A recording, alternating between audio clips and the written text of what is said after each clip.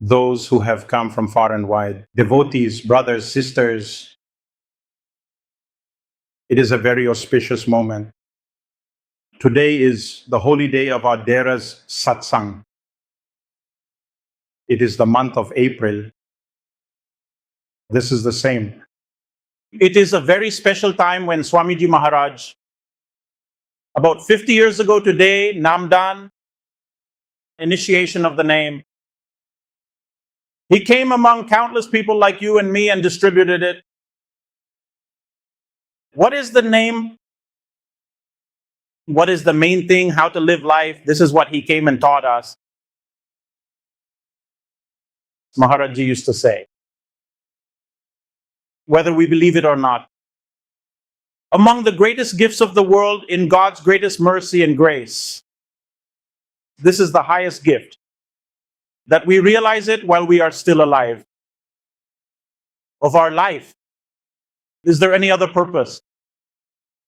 We are conscious beings. We are in this life to know God and connect with Him, striving every moment, every second. It is true that not everyone in the world fully understands this concept. I recently went abroad to the Western world. Out of a population of 8 billion, there are 7 billion people who are living their lives in different ways, and they do not know. For what goal, for what purpose should we live our lives? We were born, we came into this world. We spent our whole lives fighting the battle for food and drink, and our time passed by.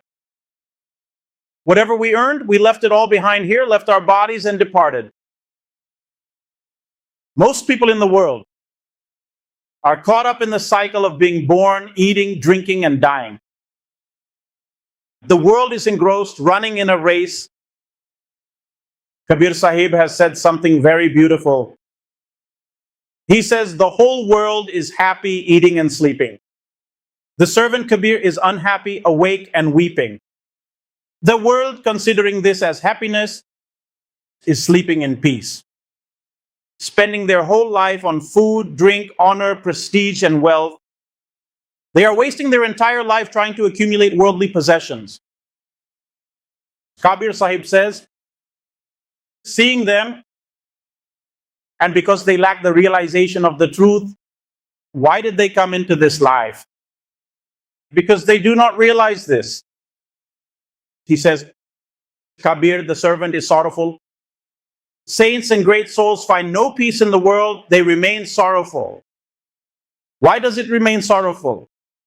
Because souls in the world that are unable to let go of worldly attachments. We are unable to remove worldly things from our lives. We are entangled in the world, running in the desire to attain worldly things. I am reminded of a very beautiful incident. Once a seeker went to Swami Ramakrishna Paramahansa. And he went and said, Swamiji, I have heard a lot about you. I want to ask for something. He placed a request. He asked a question. Look, when you and I also go to great souls, pay attention. Have you ever gone to Swamiji? So there has hardly been a moment when we haven't asked for something. And what have most people asked for? If you reflect on that, if you reflect on your own life, whenever we remember saints, great souls, or God, what do we ask for? We have only asked for worldly things. May we get wealth, money, property, assets. May the life that is going on go even better. May the children listen to us. May the husband listen to us. May the wife listen to us. We came to the great souls and what we asked for after coming. Seeing that, seeing the state of our minds, the saints feel sad. We came into the world and our attachment to the world did not decrease. Even when we are asking, we are only asking for the world. We want to drag the saints into our way of life as well. We are trapped in the quagmire of illusion, Maya.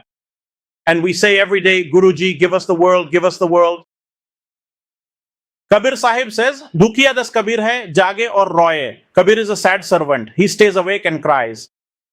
The saint is saying that we are sad about this because the entire life we are spending is for this illusion, Maya. The worldly things we are spending our lives trying to attain, our desires for them are not ending. That desire itself was our greatest sorrow. That desire itself was our greatest bondage in the world. An incident involving Swami Ramakrishna Paramahansa. When a seeker went to him, he said to the Guru, Guruji, I want to attain God. Then Swamiji said, you will not find God.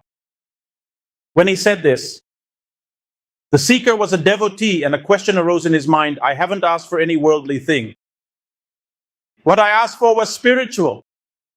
I asked for devotion to God and the Guru refused. With great humility, he asked, Guruji, I asked for something good. Why did you refuse? Then the Guru said, your question is wrong. I want to attain God. Listen to this question carefully. What did you ask for? When he repeated it, the Guru said, correct your question. Now he thought a lot about what could be corrected in this. When the Guru said, look at the question carefully. I want to attain God. You want too much? You keep wanting things everywhere. Your demands never end. Your life is burning away while you keep asking. If your desire is not fulfilled, then you would even abandon the Guru. Your desire itself is riding on your mind. Until you stop asking, the secret of God will not be revealed. You will have to end the wanting. Now he said, okay. He removed the wanting from the question. Now what is left? I want to attain God, and he removed the want. So the Guru said, there is still a flaw in this. One only attains what one has lost, right? God is present everywhere. If you are walking down the road and you get hurt and there is no one to help you, you call out loudly, oh Swamiji. But Swamiji is not there. So where did Swamiji come from? He must have been there, that's why he came. He was present there. You just couldn't see him because you were walking along in your own world. You called out only when your attention shifted away from the world, when you were struck by the world. When the world rejected you, that is when you said, oh Guru, help me. He hadn't gone anywhere, you just weren't seeing him. You want to find that which was never lost. You were busy searching for that which was never lost. You were spending your life searching for something that never needed to be found in the first place. We, the disciples, understood that even attaining is wrong. If you remove attaining from the question, remove I want to attain, then what is left? I am the divine. The thought of the divine remains. Now the Guru began to say that there is a flaw in this too. When I was Hari, God was not. Now that Hari is, I am not. The path of love is very narrow. It cannot accommodate both. The path of love is to attain the Lord, and you are saying, I am the divine. Two people remain. One is you, and one is the divine. Remove the I as well. Remove this I. Your I is not ending. You are living in the world seeking honor and prestige, craving for the great achievements of the world, aren't you? Those are just to satisfy your ego, your I. I am a son. I am a daughter-in-law. I am great. I am the head of the house. I am a grandfather. I am a great-grandfather. I am a rich man. I am a moneylender. This I of yours is not going away. Are you still entangled in this I? Until this I goes away, you will not see God. A saint makes you perform service in your life and connects you to spiritual discourses so that you may erase your ego. Erase this ego, erase your existence if you desire any status, for a seed becomes a blooming garden only after it merges into the dust. When does a seed bear fruit? When it falls into the soil. When it loses its own existence. If the seed insists, why should I merge into the soil? I don't need to go into the soil. I will bear fruit just like this. Then will it ever bear fruit? A seed will bear fruit only when it loses its existence. When it merges into the soil, becomes one with the soil, and loses its form within the soil, only then will that seed sprout. When will you meet that God? Only when you cease to be you, when you are no longer bound by religion, no longer bound by karma, when you are no longer a Brahmin, nor a Kshatriya, nor a Shudra. When you are neither of this caste nor that caste, neither high nor great, neither of any other status nor of any other ordinary being. I see many brothers and sisters these days. A few days ago, I went to a satsang. When I went to the satsang before that, some brother said, "Brother, please pass by our house on your way." When I passed by their homes, I felt very sad. People had small huts and there were no roofs. And 4 people were living in tiny little rooms. There were even people where one person would stay for half the day. And when they went to work, another person would stay there. People took me through such houses, through narrow little alleys. When I reached the satsang venue after passing through there was one sister left whose place I couldn't visit. That sister came and started saying, "Brother, you only go to the homes of the rich. You only visit those who have money, right? You don't come to us poor people. Look, even now I am." Even Guruji is discriminating now. Even Guruji is looking at who has money. If even Guruji's discrimination hasn't ended, then we want to say, we are saying that our ego should be erased, and we are telling Guruji himself, your ego hasn't been erased yet. You are the one seeing rich and poor. You are the one seeing small and big. You are the one seeing good and bad. Guruji, if you haven't crossed over yourself, then how will you help us cross over? Right now, you are the one still seeing discrimination. This is exactly what we want to say. Maharajji says that until we ourselves truly engage in this process, we cannot move forward. Our deep-seated ego regarding caste, whether high status or low status, along with our religious discrimination and obsession with prestige, are heavy burdens. Please do not consider overcoming the ego to be an easy task. Kabir Sahib says, it is easy to renounce gold, it is easy to renounce the love of a beloved, but it is difficult to renounce the ego of honor and praise. This is like having money and it getting stolen. You will recover. If you have a very good family at home and God calls them before their time, it happens many times. In some homes, someone passes away at an early age, their life ends, and we have to endure it.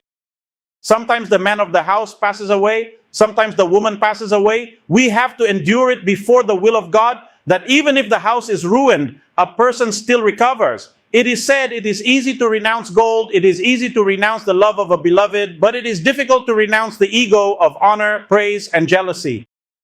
This hidden I inside you, this desire for honor and praise. Many times, even when we as fellow seekers look at each other, we look for the I in one another, that I am superior and you are inferior. My words are above, your words are below. My word will prevail, yours will not. The Master says, as long as you are unable to understand this I, until you have come to the saints and erased this I, how will you find God? That is why the Master says, in our lives, when we find the Guru, when the saint is met and the Lord is found, no lines remain in the mind. If the Guru is found and no crack remains in the mind, no line remains in the mind, then there is no discrimination left. You become so absorbed in the Guru that you see the Guru in everyone. Such love flows for everyone that you realize, you are also my fellow disciple, you are also my fellow disciple sister. Serving you will bring me as much joy as serving my own Guru. By giving you water, feeding you, providing you shelter in my home and helping you, I will derive as much pleasure as I do in serving my Guru. It is said, let there be no line left in the mind, let the saint be served through thought, word and deed. They say that one who has accepted the Guru with their mind, words and deeds. When I go to the Guru, my mind will be the Guru's. When I sit in the Guru's refuge, my speech will be the Guru's. And I will perform actions according to the Guru's way, doing only that which keeps the remembrance of the Guru alive. It is said that when you have attained the proximity of your Guru, then you and I, sitting here together, should introspect a little. We should test ourselves a little. I tell many brothers and sisters, when you send your children to school, you sent a child to school for 1 year, they studied and failed. When they failed, wouldn't you wonder why they failed? They went to study every day, spent 8 hours in school every day. They met the teacher every day, talked, read the books, so how did they fail? Wouldn't you think about that? So you would think there are 2 mistakes, either the child didn't study or the teacher didn't teach. What else could it be? Either the child didn't study or the teacher didn't teach. And if you become convinced that the teacher is good, after all, 10 other children passed, only ours failed, then what will you tell the child? Brother, study more. There was some shortcoming in your studies. That's what you'd say, right? When you review your children, when you review your home every day, whether it's clean or dirty, whether the work was done or not, whether the task I went for was accomplished or not, when you examine your own work every day, then why wouldn't you review the spiritual purpose for which you came to the Guru? You will have to examine that spiritual purpose as well. I came to the Guru, did I become any better or not? Did my mind improve or not? Did love enter my life or not? Did my sense of discrimination fade away or not? That is why Huzur says this. Attaining God is not difficult. The elder Kirpal Singh Ji Maharaj used to say that attaining God is easy, but for a human to become a true human is difficult. Therefore, our focus and our emphasis should not be on finding God. Our emphasis should be on whether we have become a disciple or not, whether we have become better or not, whether we have improved or not. Many brothers and sisters come to me now. Whenever there is a satsang, they come and say one thing that they always say, brother, I have been initiated Namdani for many years, but my meditation, bhajan is not happening. Now pay attention to this. Meditation happening means attaining God. We sit with our eyes closed. Meditation happens. This means that we connected with God, we found God, or we experienced God. Now we are searching for God. The saints say you are not supposed to search for God, you are not supposed to look for God, you are not supposed to sing for God. Do not search for God, do not wait for God. Instead, make yourself a mirror, prepare yourself, make yourself a reflection in which the image of the Lord can fall, so that the shadow of the saint could be reflected upon it, which is what the saints used to say. The saints have only one job. What is it that gives them happiness in this world? I want to tell you one thing again and again. Many of you think we have a guru. How do we please the guru? So you think, feed the guru sweets. He will be happy if he eats more. Then we think, bring the guru service and offerings, offer flowers. We adopt different methods. Otherwise, why would you buy flowers? If the guru were not pleased by flowers, why would you buy them? If the guru were not pleased by sweets, why would you buy them? But you have assumed that the guru will be pleased by sweets, the guru will be pleased by flowers, the guru will be pleased by gifts, they will even be pleased by money. Sometimes people even try to offer bribes. I will tell you a small incident. It will be easier to understand this point. Once a sister came to me. She had taken many exams to get a government job and did not pass. Once she came with her father, and her father came to me and started saying, he said, brother, my daughter has taken many exams. She wants to get a government job, but she hasn't passed yet. Please have mercy so she can get the job. I said, brother, what can I do in this? I didn't create the exam, I didn't set the exam, and I won't be giving the marks either. If I could give it, I would give it right now. But I haven't done any of this. It will depend on her hard work and the grace of the Almighty. So he said, you are the Almighty, you just do it. But he added one more line to that, which I will tell you. He said, if my daughter gets the job, then I will give you her first salary. Now you just get her work done. Now listen carefully. I told him, will your daughter get a government job because of me, and after that will she work for 40 years and receive a government salary for 40 years? Will all that happen because of me, because you are unable to do it? If I do it, will she get a government salary for 40 years because of me? And after that you will try to lure me with 1 month's salary. How will that work? My job will be done with 1 month's salary, and she will get a salary for 40 years. Because of me, he understood that I was giving a bribe to Guruji. I was trying to lure Guruji with money, that I would give you money. Many times people think that this person will provide more service, that person will provide more service. Huzur used to say, in all of our minds, there is only one way to please the Guru, worldly things.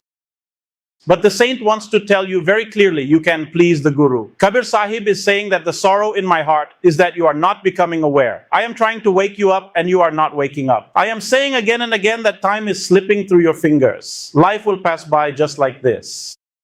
Take the Guru's name, connect yourself with his name, and sit down by letting go of all desires for the sake of his name.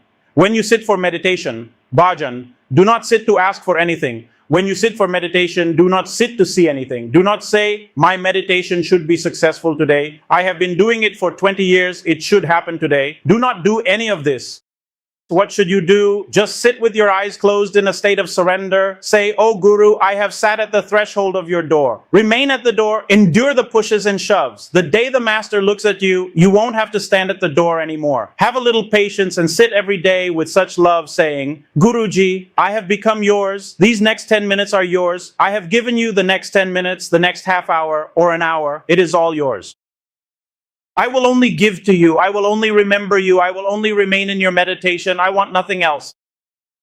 When you sit in the fire of your master like this, even without the shadow of the mind, the saints used to say, whatever happens, happens by the will of that Lord. It happens in that Lord's wish, in his consent. So if you and I can understand this in today's time, in the pleasure of the Guru, that the saint wants to lead us towards consciousness in our lives, that our criticism, backbiting, fighting, quarreling, violence, exploiting each other so much, and constantly measuring and weighing each other should cease. That we should become pure at heart, that we should stop measuring and weighing each other. And let me tell you the truth. If I say this to you, have you? How many people are there among you who, upon seeing others, neither feel jealous nor get angry? Just look at your own household. If someone has achieved more than me, then jealousy arises in the mind, and if someone doesn't listen to me, if a family member in my house doesn't act according to my wishes, if the children don't listen, the daughter-in-law doesn't comply, or the son doesn't obey, then we say that we are very unhappy about this. Why is my authority not working? Why is no one following what I say, sir? You should start rising above the expectations of the world now. This life of yours, this household of yours, is your karma yogshala, a place to practice selfless action. Guruji has given you the path to devotion in life. The household you live in, right? Husband, wife, children, home, business. This is your karma yoga path of selfless action. Look at how you are connected to people in this life. Are you connected through attachment, getting upset, getting angry, obsessing over small things, or have you learned to let go? Have you learned to live in the will of the Lord? Have you learned to live in the Lord's flow? Now let me tell you a beautiful incident. I went abroad. I met a Satsangi sister. She was from Germany. She said, "Brother, I received the name initiation from Swamiji when I was 10 years old." Swamiji passed away. A short time later, I got married. When my child was 3 years old, my husband left me. I raised the child all by myself. Now, raising a child as a single mother is a very difficult task in itself. She had to find employment, earn money, and also raise the child. She said, "I managed somehow." But a time came when the child was 15 or 16 years old and he stopped listening. He stopped obeying me and started doing whatever he pleased. So at that time, So the sister started saying that I did so much for this child, you will get trapped. When he turned 15, 16, he stopped listening to me. Now what should I do? I tried my best to make the child understand, and when he didn't, that sister said that in the end, she remembered my words, Swamiji's words, that you should trust me, just try leaving that child to me once on my advice. So what that sister did, I will tell you. She said, "I told the child, you don't want to study, that's fine. I am giving you 6 months time. I won't stop you. I won't nag you. I won't say anything. Just do as you please. And if your grades are low, then understand that you need my help. So listen to me then. And if your grades are good, then you won't have to for the rest of your life, right?" For 6 months, the child lived in his own world. He played around, spent a lot of time with friends, but didn't pay attention to studies. When the exams happened after 6 months and his grades were poor, he came to his mother himself and said, "Mom, you were right. I require your help." And that sister said, from that day on, he sits with me every day and studies. Ashish, the thing is, that sister says that I wasn't that worried, nothing happened. And when I remembered Swamiji's words that you try leaving it up to me, you try putting it on me, in 6 months, my situation was resolved.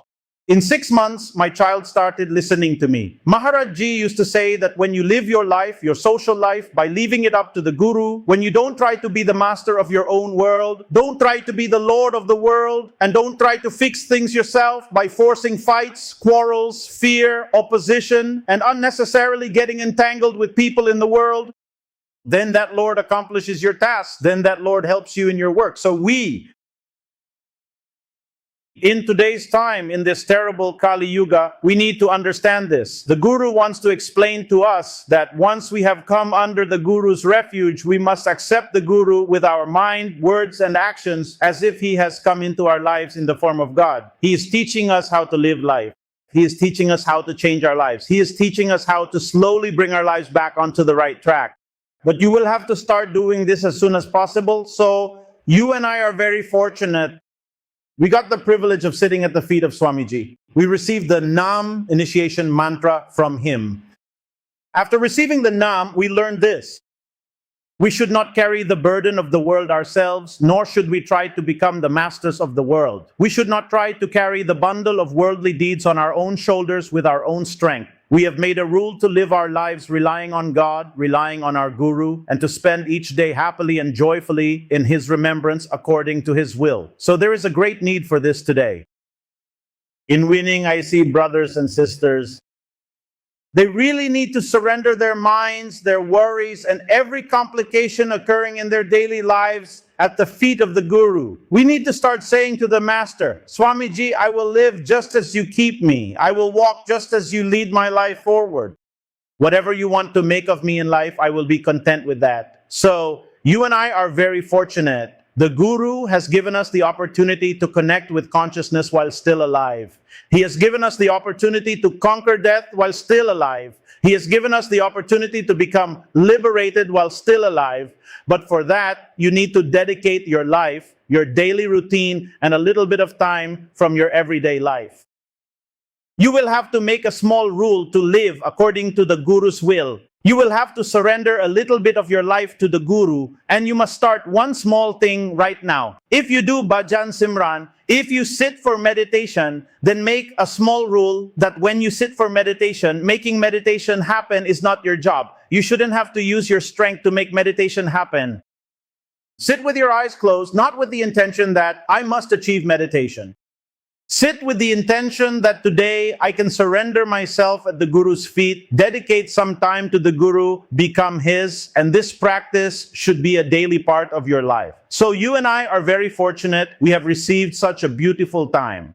We have received the presence of Swamiji and an opportunity to understand life. In this world, people spend their entire lives working for the world until they die and leave their bodies. We have received such a time that we can learn to laugh in life.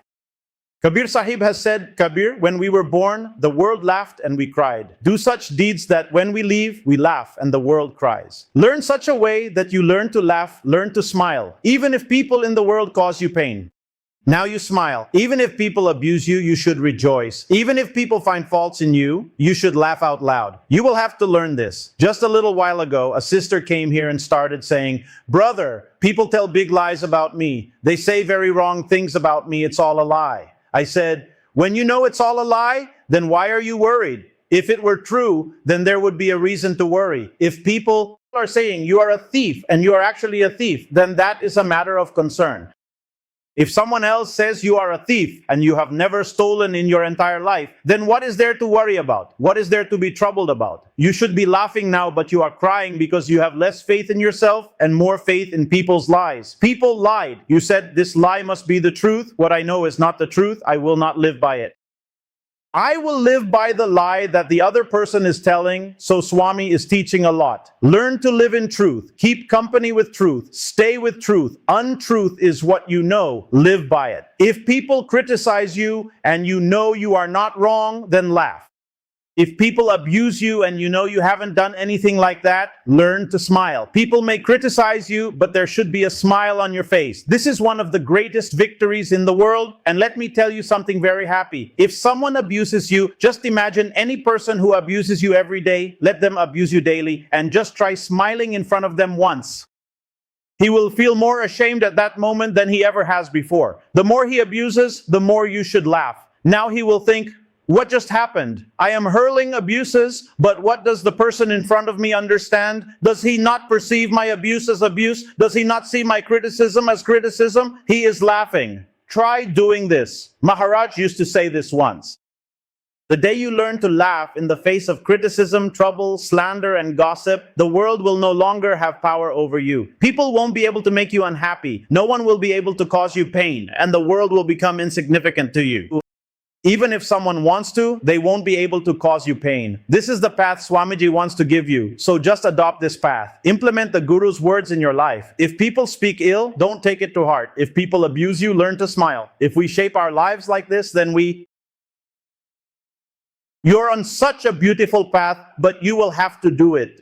However, to do this, I want to tell you one thing very clearly. Many brothers and sisters come to me. I see everyone and recognize instantly whether they follow my words or not. If someone follows my words, they come with a smile. What was it, Guruji? I have no worries. And when someone comes to me and says, Guruji, this person spoke ill, that person stole, this person cheated, this person caused me a loss, and I am worried about this and that, then I laugh the most at the fact that I explained so much to this person. The world holds no power over you until you start letting their words affect you, and this is still evident. This person hasn't listened to me yet, so the moment you come to me and open your mouth, I know it right then. Are you listening to me or not? Are you following my words or not? If you are, then today is the very beautiful month of Namdan Divas of Swamiji Maharaj. We just need to adopt one thing. We should walk on the Guru's path, follow the Guru's teachings, and do what the Guru wants to explain to us. Let us try doing that, and let us stop following what the world says. So today, I will just say this much. You people, you all are very fortunate, very strong. God has given you a lot. Sing His praises, stay happy, live with joy, and start being happy so that Swamiji's grace can be seen on your face and His pleasure can be seen in your life. Saying this much, I conclude my words. Thank you very much.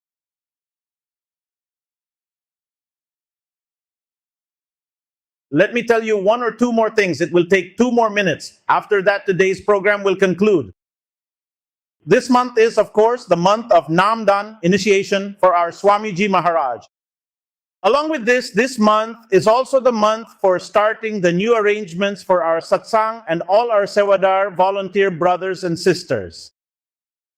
All our Sewadar brothers, whether they are presidents or DGs, will begin their work for the new term and new session from this month, and as you know, from this year.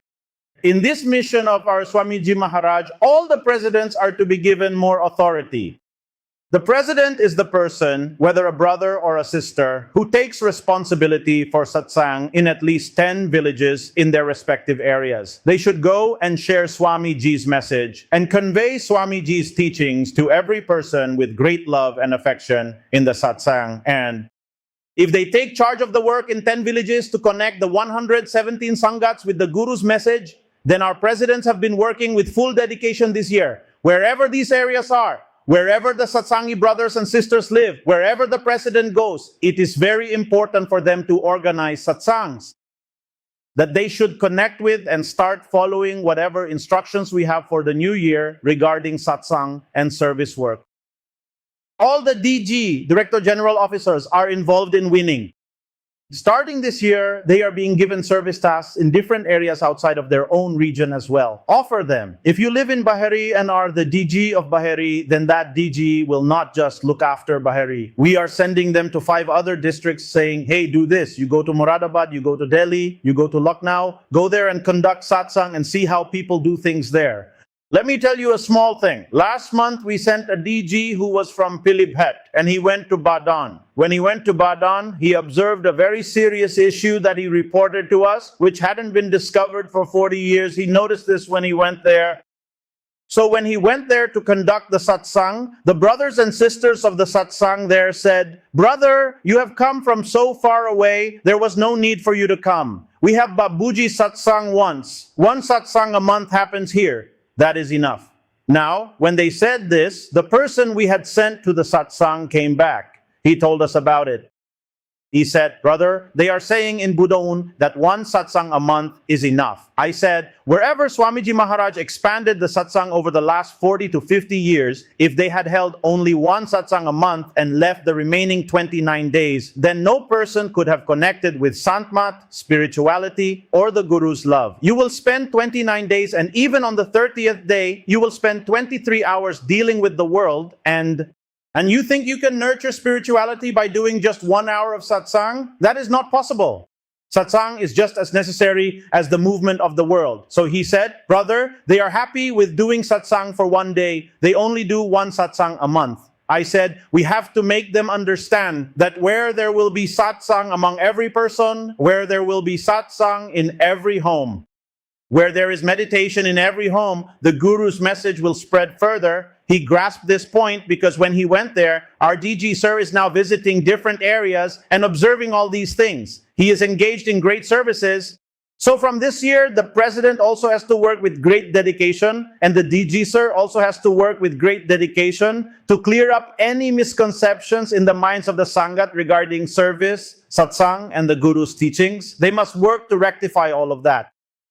All brothers and sisters, there is a monthly meeting. Please make sure to attend it so that you can perform the service you have taken on in the most beautiful way possible. If possible, that meeting will be held shortly. After the satsang, all brothers and sisters from the nearby areas should participate in that meeting for 2 minutes before leaving so that they can carry out this work beautifully this year and carry this work forward in a very beautiful way. So, with these words, I conclude my speech. Thank you very much.